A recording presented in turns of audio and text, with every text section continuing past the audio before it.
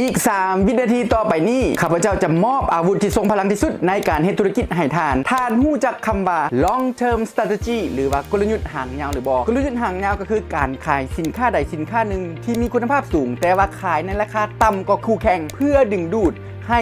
ลูกค้าของคู่แข่งเข้ามาซื้อของเฮาหรือว่าดึงดูดลูกค้าใหม่ๆเข้ามาซื้อเฮายกตัวอย่างเช่นมีซื้อจะขายไอศครีมซอฟต์เสิร์ฟในราคาที่ต้นทุนต่ำแต่ว่ามีคุณภาพสูงแล้วลูกค้าจะไปต่อแถวซื้อไอครีมซอฟต์เสิร์ฟแต่ว่าเป้าหมายสูงสุดของมีซื้อบ่ได้เห็นให้ลูกค้ามาซื้อไอครีมซอฟต์เสิร์ฟแต่เห็นให้ลูกค้ามาซื้อสินค้าที่ปีนอ้อมบอกว่าจะเป็นชานมไข่บุกหรือว่าชาหมักไหม้อื่นๆเป็นต้นเพื่อเพิ่มยอดขายและเพิ่มกำไรเป็นต้นธุรกิจการศึกษาของครูเซงก็เช่นเดียวกันถ้าว่าครูเซงจะสร้างโรงเรียนสอนเพิ่มภาษาจีนครูเซงจะตั้งในราคาที่ถูกก่อนครูแข่งแต่ว่าเป้าหมายบ่แม่นสร้างผลกำไรจากโรงเรียนสอนภาษาจีนเพื่อดึงดูดลูกค้าใหม่เข้ามาและเอาลูกค้าใหม่นั้นไปเรียนวิชาอื่นๆบ่ว่าจะเป็นวิชาเลขวิชาภาษาอังกฤษวิชาพัฒนาสมองหรือว่าวิชา IT และ AI เป็นต้นนี่ก็คือกลยุทธ์ห่างยาวนั่นเองท่านเด้มีกลยุทธ์ห่างยาวในธุรกิจของท่านหรือบ่